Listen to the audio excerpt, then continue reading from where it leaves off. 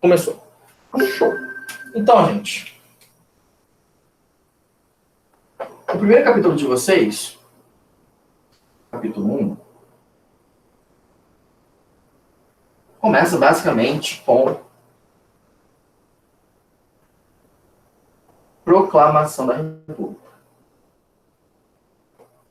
Coisa que imagino que já estudaram em algum momento do passado. E espero que lembrem que tem uma data para isso, né? A data fechadinha, bonitinha, de 15/11 de 89. Meu olho tá maravilhoso. Isso aí. Mas, para entender o que aconteceu direito... Gente, quem é Matheus? Tem Matheus na nossa turma? Eu estou vendo Tem o Matheus? Entrou o Matheus, olhei Tem essa Matheus na nossa turma, não.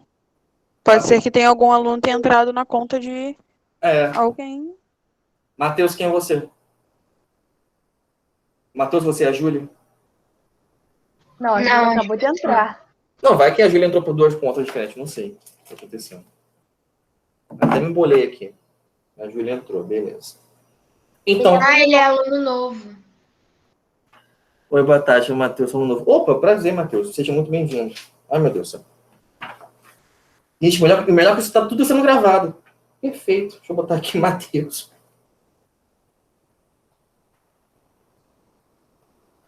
Matheus, aluno novo. Seja muito bem-vindo. Tá? Acabei de começar, então relaxa. Pois bem. A gente tem uma data específica que a gente fala assim, foi o dia da proclamação da República, né? O dia que começou a República no Brasil. Mas para entender realmente por que aconteceu isso, por quê, por que raios, a gente tem que voltar algumas décadas. Por quê? A República, ela começou basicamente graças a uma crise na monarquia.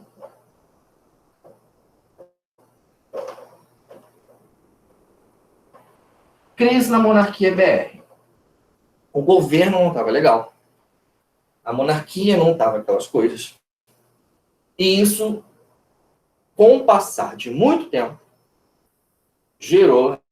acabou fazendo com que o exército proclamasse a República, desse o golpe da República. Ok. Mas por que estava tendo crise na monarquia? A gente pode entender essa crise a partir de 3 questões. Realmente, vou abordar aqui 3 questões. A primeira foi a chamada questão militar.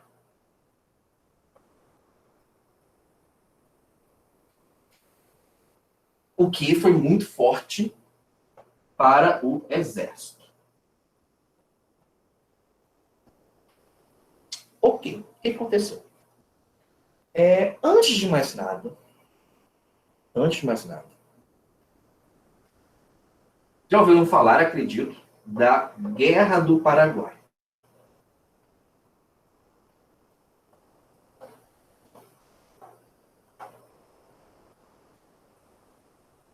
A Guerra do Paraguai, que foi de 61 a 65, né, Thiago?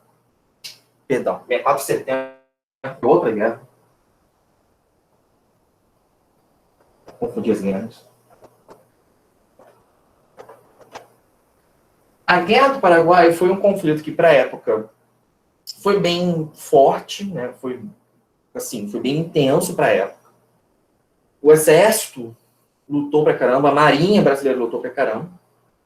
Então, para o exército e para a marinha até hoje foi uma guerra muito importante, bem lembrada, mas apesar do exército ter lutado e ter sido vitorioso, não houve algum, ou quase algum, para as Forças Armadas. Resumindo, então, eles foram, lutaram, foi tenso, foi difícil, venceram, voltaram para casa e que se dane.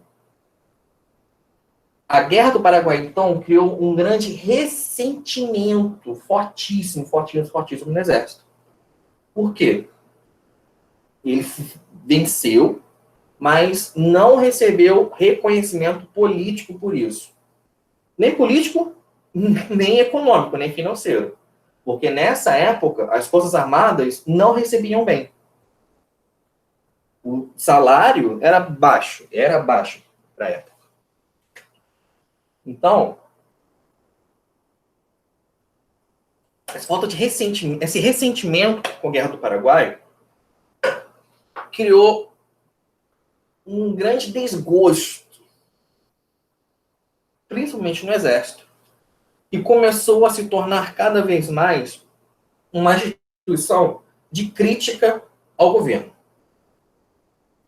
Eu vou botar aqui, ressentimento. Ressentimento pela falta de reconhecimento. Tá aqui, beleza? Tranquilo? Beleza. Mas se somou a isso uma espécie de modinha da época. Uma modinha. Mas de modinha é sacanagem, né, tio? Chamada positivismo. O que era isso? O positivismo realmente estava na moda em termos de filosofia, ciência, estudos e política também. O positivismo era uma corrente filosófica de origem na França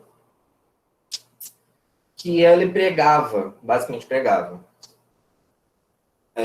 um ordenamento da sociedade, um esclarecimento da sociedade para uma evolução, para um progresso desejado.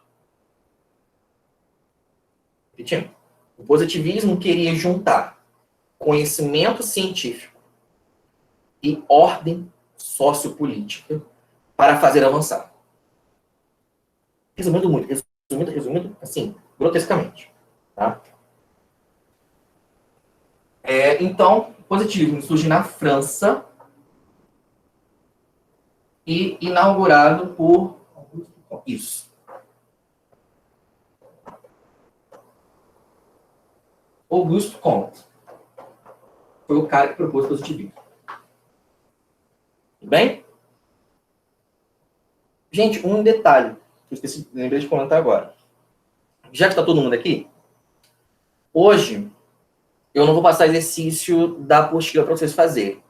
Mas, como atividade de aula, eu quero que vocês me enviem as anotações que vocês fizerem da aula de hoje. Professor, eu estou anotando no Word. Tem algum problema? Que depois eu vou passar pro caderno. Não, você pode continuar anotando pelo Word. E depois me passar ou pelo WhatsApp, ou por e-mail, ou pelo Google Classroom. Como tá botando no Word, é só copiar e colar, que já tem um documento lá, daqui a pouco está sendo lançado. E tá lindo. Tá bom. Eu tô copiando o que você tá escrevendo no quadro. Perfeito. Eu também. Anotação de aula. Eu também, tá bom.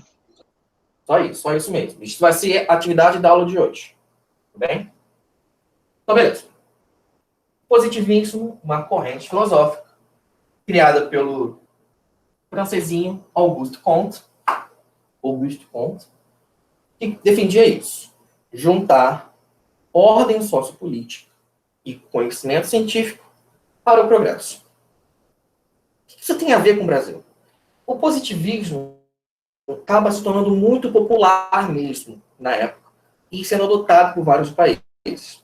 No Brasil, acabou sendo no exército, esse exército que estava já com mágoa do governo, que o positivismo chegou, criou terreno e foi muito seguido. Então, nas escolas de formação de oficiais do Exército, as ideias positivistas tinham muita repercussão, eram muito usadas, muito debatidas. Isso criou o quê? Fez com que um setor que já não estava feliz com o governo, com o sistema monárquico, começasse a debater, discutir, propor ideias sobre sociedade, sobre a política, começasse a se tornar também, então, uma área crítica, de pensamento crítico sobre o que estava acontecendo. Tudo bem? Suavão. Pois então, resumindo, ao ressentimento da Guerra do Paraguai e uma corrente filosófica que defendia o progresso, o Exército se tornou um setor de oposição crescente ao governo e cada vez mais influente. Até aqui? Tranquilo? Tranquilo. Beleza. Lembrando que é justamente eles que vão fazer a proclamação da República. Justamente eles. Alguém tem alguma pergunta? Não. Posso seguir? Não. Beleza. Posso pagar? Por mim, pode. Tô terminando de copiar o finalzinho, porque eu não tava enxergando. Ah, tranquilo. Vou colocar pelo menos aqui do lado. Vou botar o 2. A segunda questão, quando você termina de copiar, eu vou escrevendo aqui. Foi a chamada questão religiosa, que era bem intensa para a época. O que rola? Quando surge a monarquia no Brasil, e com a Constituição de 1824, definia que a Igreja Católica, o catolicismo, era religião oficial do Império. Hoje nós temos um país que se define como laico. Não há religião. No Brasil Império, a religião oficial era o cristianismo católico. Ah, então os evangélicos eram excluídos? Sim. O restante, nem se fala. Então, católicos. Tá? Isso dá abertura para um monte de coisa. E além disso, além dessa coisa do catolicismo ser a religião oficial do Império, o imperador tinha algumas regalias mesmo em relação a isso. Gente, estou apagando, tá?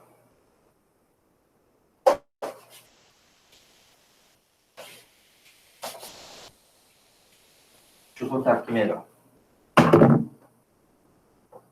Questão religiosa.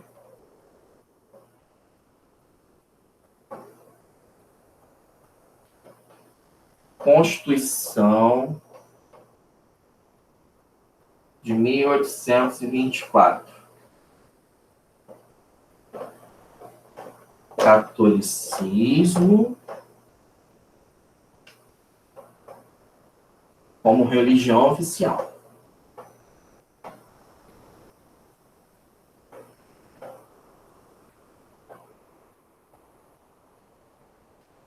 Mas além disso, então, o imperador tinha algumas regalias em relação a isso. A primeira era chamada de padroado. O que foi isso? O que foi isso? Pelo padroado, o imperador tinha o direito de nomear bispos.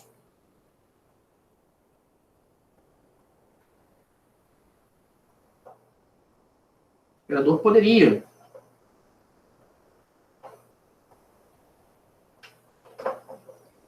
nomear bispos e demais sacerdotes da Igreja Católica.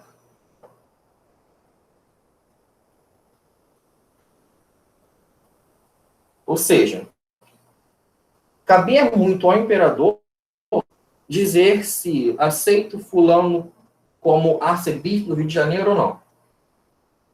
Isso tem duas questões importantes, porque, primeiro, ter um direito desse era muita coisa mesmo. Era uma regalia, de verdade, do imperador enorme. Coisa que você vê exemplos mais antigos, já deu briga entre papa e reis por causa disso. Mas o imperador do Brasil podia. Dom Pedro II podia nomear bispos, padres, arcebispos e tudo mais. Segundo que isso, né, dava ao imperador muito poder. Porque se religião oficial, isso garante apoio político dos sacerdotes da igreja. Se é o imperador que vai nomear boa parte dos sacerdotes, ele consegue ali ter uma base de apoio grande. O segundo bônus dele era uma coisa chamada de beneplácito.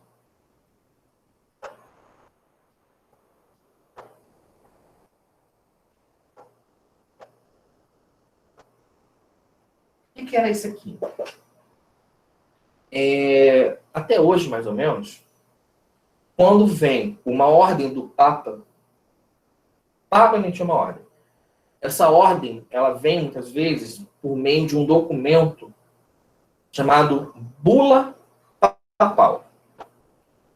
Pelo beneplácito, o imperador, de novo, o bonitão aqui, poderia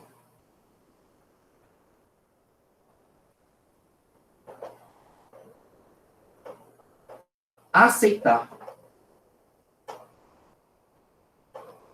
ou não uma bula papal.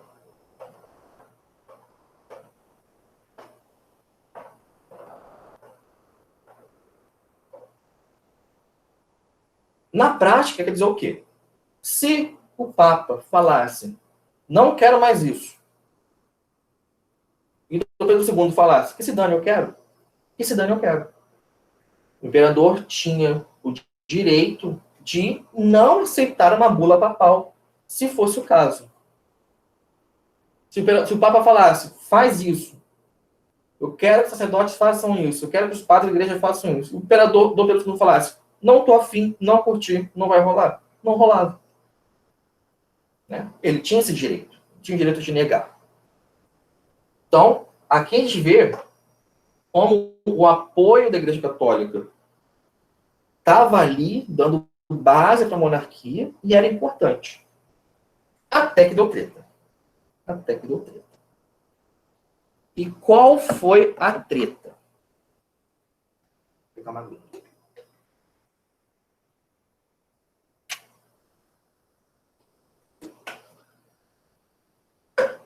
Mais ou menos, nos anos 60 e 70 também, aparece um Papa novo, acho que é o Pio, e esse Papa estava lutando contra os círculos de maçonaria que existiam na Europa. Por quê? Porque na Europa, os círculos de maçonaria, a maçonaria de cada país, de cada lugar, estavam se tornando locais de crítica à igreja, de defesa de ateísmo e um monte de coisa que o Papa não estava curtindo. Então, o Papa baixa um decreto, emite uma bula papal. E o que essa bula falava? Que todos os membros da igreja que também fossem maçons seriam expulsos. Era bastante gente, na verdade. Então, o Papa estava bolado, queria expulsar todo mundo. Aqui no Brasil, aqui em Pindorama, terras tupiniquins, a situação era um pouco diferente. A maçonaria, aqui no Brasil, era uma instituição mesmo muito importante durante o Brasil Império. Muitíssimo importante.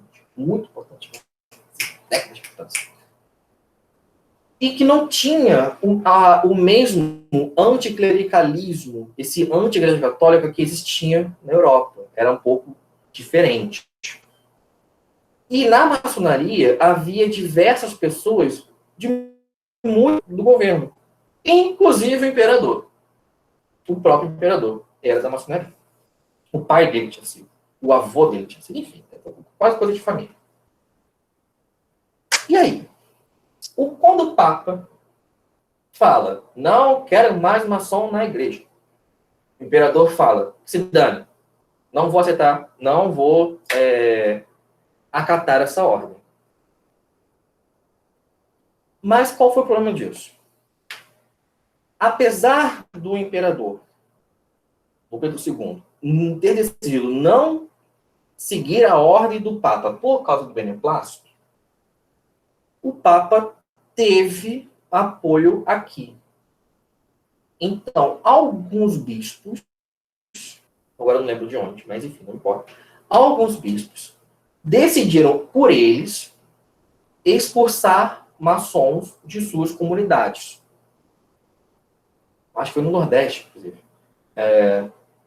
Pessoas que eram maçons e frequentavam essas igrejas estavam expulsos. Não podia mais.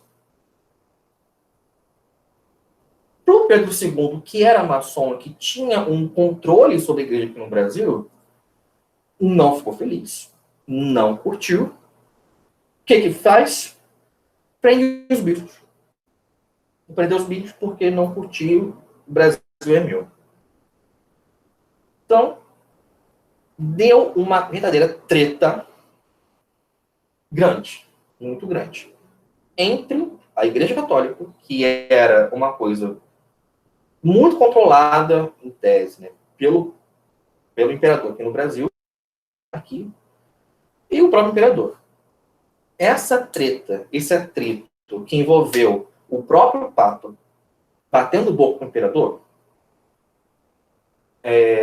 acabou sendo resolvida. O imperador decide perdoar esses bispos que tinham expulsado maçons, mas essa situação, quando veio a público, quando as pessoas descobriram sobre isso, quando ficaram sabendo, causou um mal-estar em uma parte da população, porque eles falaram, o que é isso? A igreja está mandando sobre o imperador? O imperador não tem autonomia para ir contra a igreja e prender pessoas que ele julgasse, julgasse que estavam indo contra o país?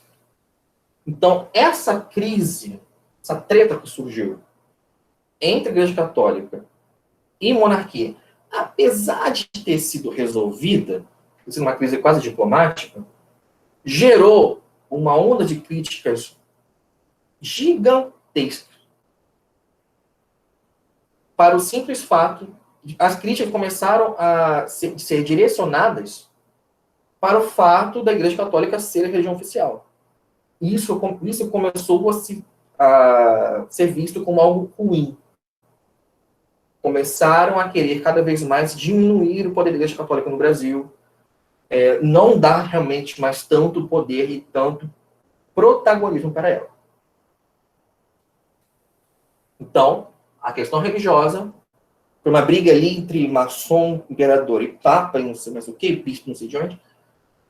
Foi resolvida, mas aumentou as críticas à própria monarquia e o movimento dela com a Igreja Católica. Tudo bem? Tudo. Uma pergunta? Não. Não. Não. Tá de boa então. Então já tivemos questão, tá? Questão religiosa. E agora uma questão, a terceira. Posso pagar aqui? Essa bagunça toda? Pode. Beleza. Pode.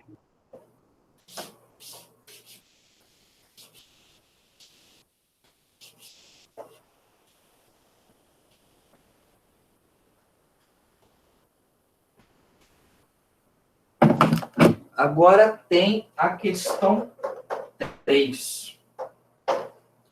Questão escravista.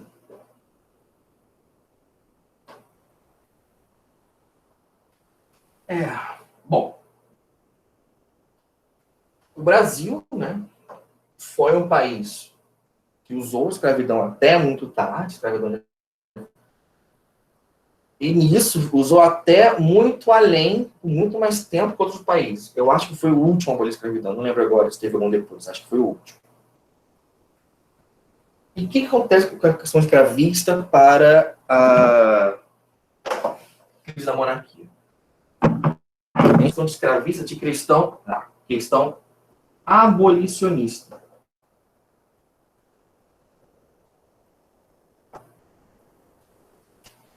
Por quê? Porque os movimentos, enfim, os movimentos para que a escravidão chegasse ao fim duraram por todo o Brasil Império e foram crescendo cada vez mais.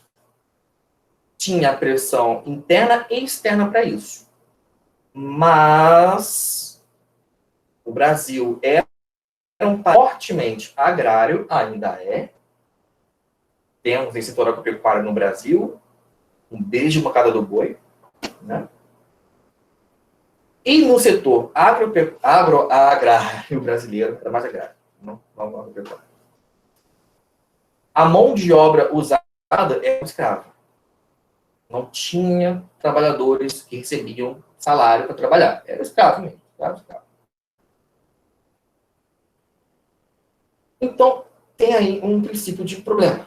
Porque os ricos no Brasil, produtores de café, principalmente, que também eram políticos, eram agarrados à ideia de continuar usando escravos.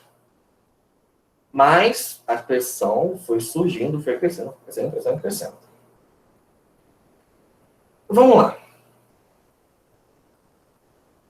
Ironicamente, talvez, né? A pressão abolicionista começa de fora. Claro que o movimento por fim da escravidão já existia antes. Já existia antes no Brasil, revoltas e mobilizações contra. Tá? Mas no início do século XIX, década de 20. Botar na década de 20, agora eu não lembro quando é aquele movimento, mas enfim. A partir da década de 20, então, a Inglaterra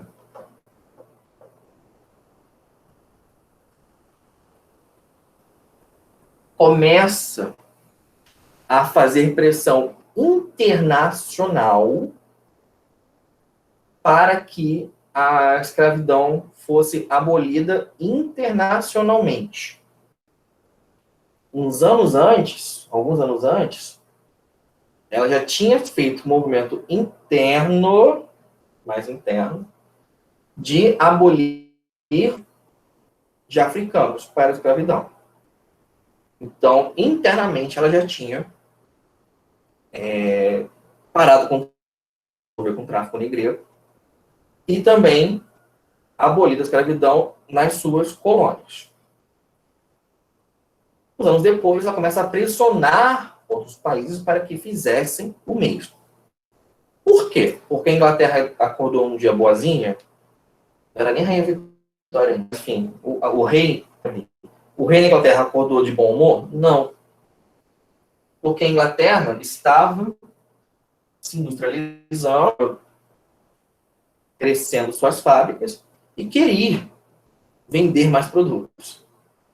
Então, ela queria que aumentasse o número de compradores no mundo, tanto na África quanto nas Américas, onde havia essas pessoas escravizadas. Então, ela queria isso, ela queria que os países se desenvolvessem com populações livres que fossem consumidoras de produtos. Daí, essa pressão internacional. Bom, no Brasil, ela foi ali, dando quase soco na cabeça do pessoal, que eu digo, o governo, começar a, pelo menos, diminuir a escravidão no Brasil. Só que aqui, como eu falei, aqui era a espinha dorsal do país. Era importantíssimo. As elites não arredavam o pé. Mas, graças à pressão inglesa, tivemos, em caráter oficial, começou a ter leis abolicionistas. A primeira, de 31, Lei Feijó.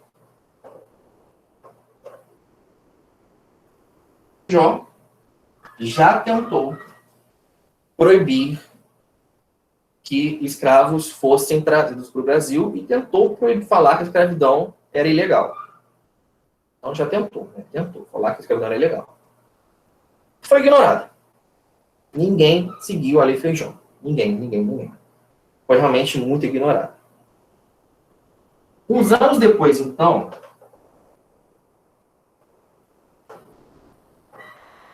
tem a segunda lei. Eusébio de Queiroz.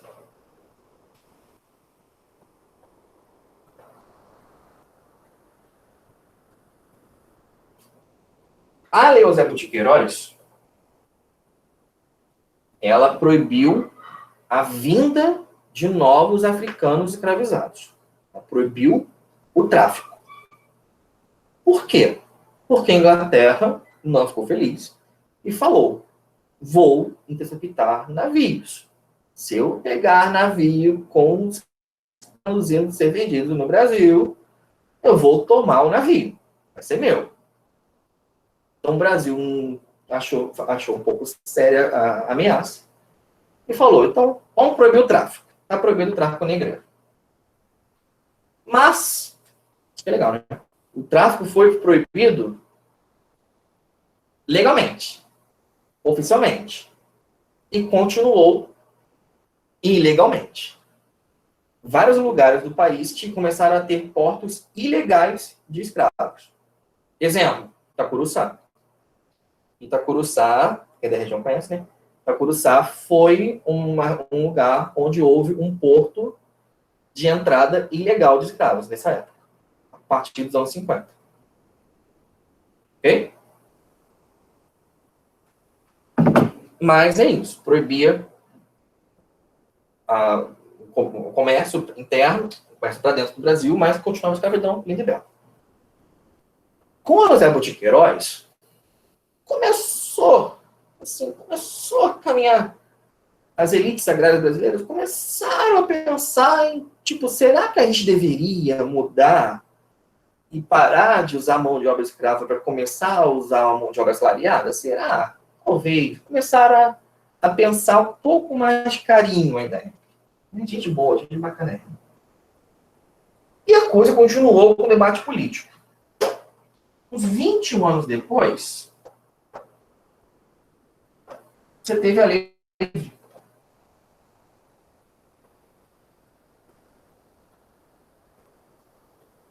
que, apesar de ter sido, na verdade, uma faca de dois gumes, era uma lei meio sacana, basicamente dizia que filhos que nascessem de escravos não eram escravos automaticamente, coisa que antes acontecia. Então, uma pessoa que nascesse de uma mãe escrava era escrava. Agora não mais. O menino nasceu, o menino é livre, não é escravizado mais. A partir da lei do ventre livre, aí que aumenta essa consideração de talvez, no futuro, possivelmente, usar mão de obra assalariada ao invés de usar negros escravizados. E a partir daqui você começa a ter alguma mobilização para trazer imigrantes. Começa nos anos 70, começa um pouquinho. Aí a gente avança mais um pouco. 85.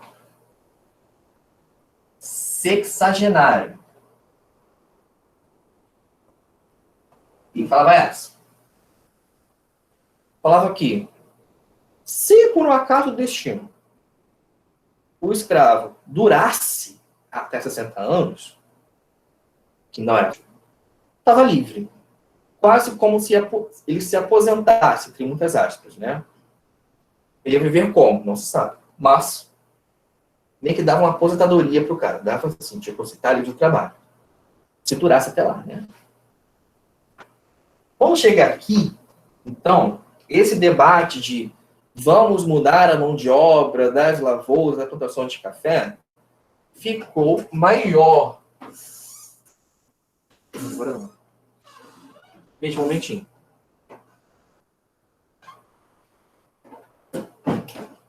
Peguei café e biscoitinho. Você quer café e biscoitinho?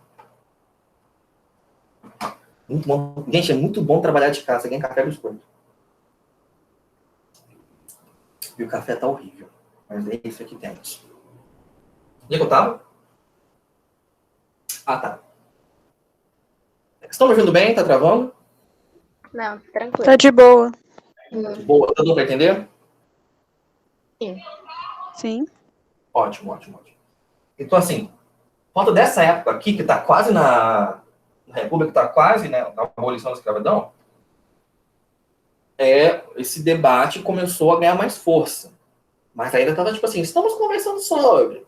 Alguns latifundiários estavam já adotando mão de obra de imigrantes, principalmente, e outros, tipo, não, tá cedo, tá cedo, tá cedo. Aí, quando realmente bate a Lei Áurea, e a escravidão é abolida, legalmente abolida,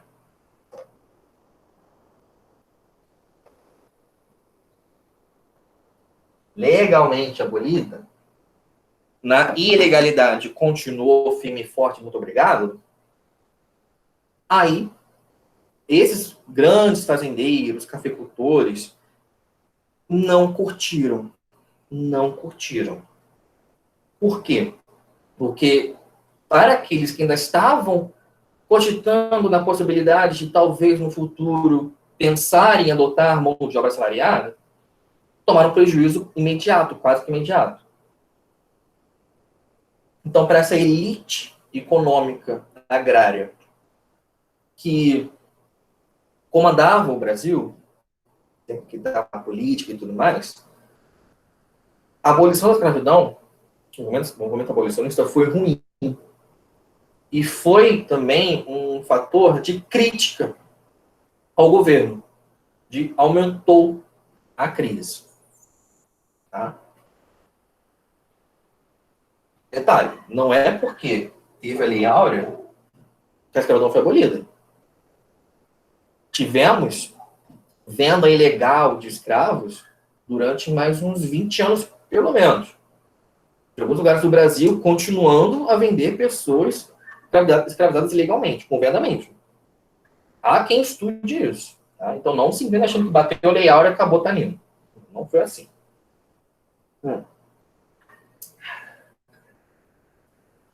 Então, essa crise na monarquia teve. Vamos lá. Gente, até aqui, alguém se perdeu? Alguém que composte alguma coisa? Não. Não. Crianças são ótimos, tá bom. Então, essa crise na monarquia teve fruto em 3 questões, né? Questão militar,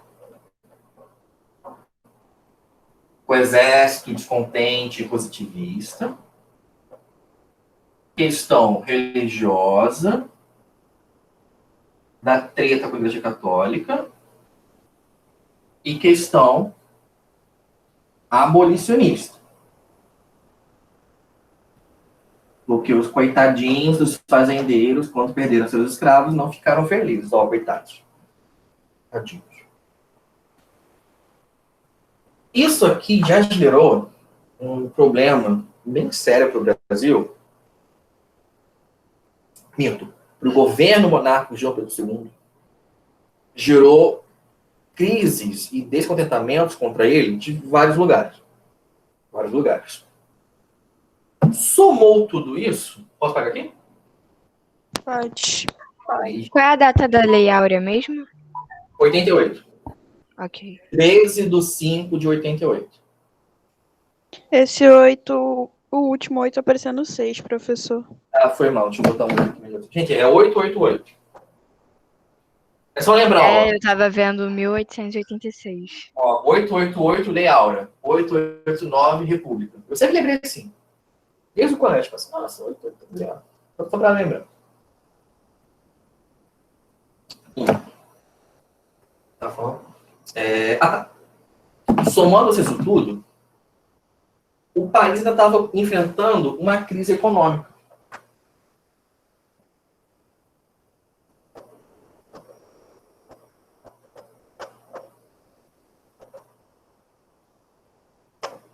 Claro que a gente estava, né? O café estava crescendo, estava sendo um produto que estava dando dinheiro para o Brasil. Mas a gente conseguiu ainda assim ter uma crise econômica. Parabéns. Os vitoriosos. Muito por causa da Guerra do Paraguai. O Brasil ficou muito endividado por causa dessa Guerra do Paraguai. E foi um problema econômico que seguiu. Aí você tem, né? Apanha daqui, apanha daqui, apanha daqui. E se preocupa com isso aqui. A monarquia teve, então, essa crise, que veio por décadas e décadas. Até aqui, beleza? Beleza. Sim, sim. Tranquilo, tranquilo.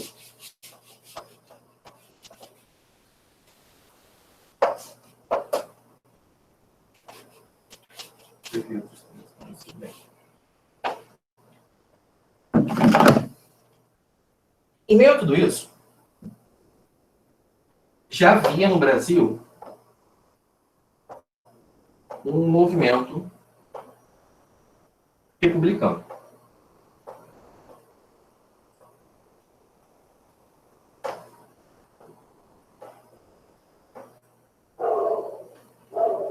Pessoas no Brasil que queriam uma república já tinham um bom tempo, já não era novidade. Desde, pelo menos, dentro dos Estados Unidos, lá em 74, 1774, 75 agora, enfim, 100 anos antes, já havia pessoas no Brasil querendo república, forçando para ter uma república. Tá aí Tiradentes, Conferência Mineira, né, e vários outros movimentos. Então, não era novidade você ter um movimento republicano, algumas pessoas querendo que o Brasil virasse uma república. A novidade foi que, com isso tudo aqui, esse movimento foi crescendo, crescendo, crescendo, crescendo. E foi um movimento bem amplo, porque esse crescimento, muita gente diferente acabou fazendo parte desse movimento republicano. Então, você tinha os positivistas do Exército,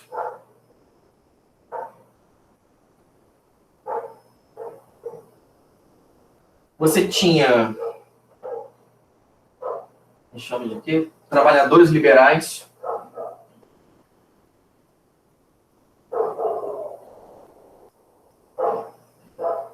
ou seja, intelectuais, pessoas da cidade, trabalhadores liberais.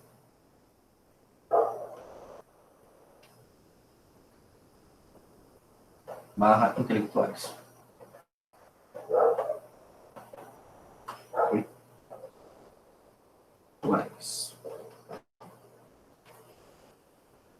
Você tinha pessoas da cidade, então.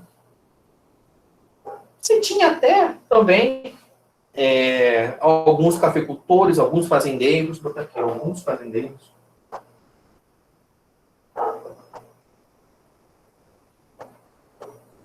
Quando viram que a monarquia estava mal, não estava legal, muitos produtores de café acabaram entrando no movimento republicano. E, assim, acabou sendo um movimento, como eu falei, bem amplo, bem diferente. E nele, algumas pessoas que queriam uma uma espécie de transição bonita e com calma para a República. Aí, beleza. O que rolou? Vamos ver. Rolou o quê? Juntando as crises, juntando a crise econômica, juntando as questões. Logo após a Lei Áurea, que a situação ficou tensa e intensa para o imperador Dom Pedro II, o que se tentou fazer? O imperador começou a tentar fazer algumas reformas para, pelo menos, melhorar a situação econômica do Brasil. Pelo menos, melhorar. Mas já estava tão complicada a situação, de verdade, que não foi para frente.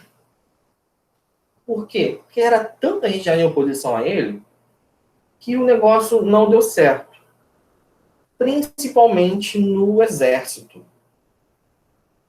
O exército, que começou a cada vez mais ser atuante nesse movimento republicano, tentaram suprimir o exército, tentaram realmente calar a boca do exército. Não deu certo. Então o exército começou a articular por ele mesmo um golpe de Estado.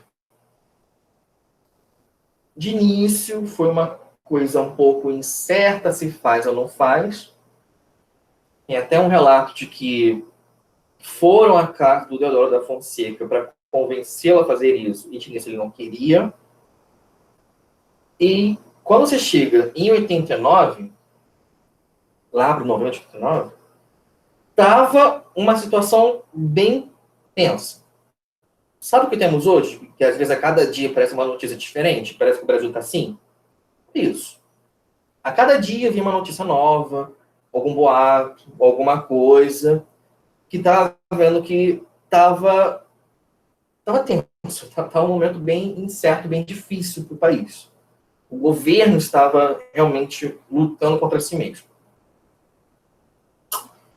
Então, graças a tudo isso, os militares decidem realmente, vamos dar um golpe de Estado.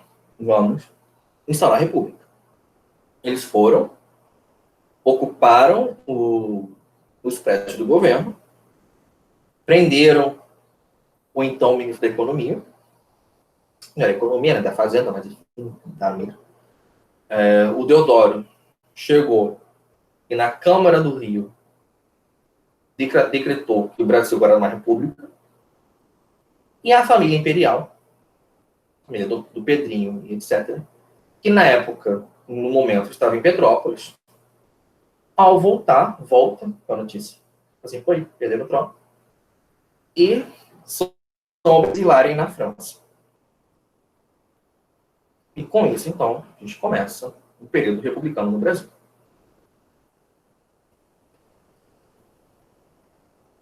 Ok? Vai desgravar.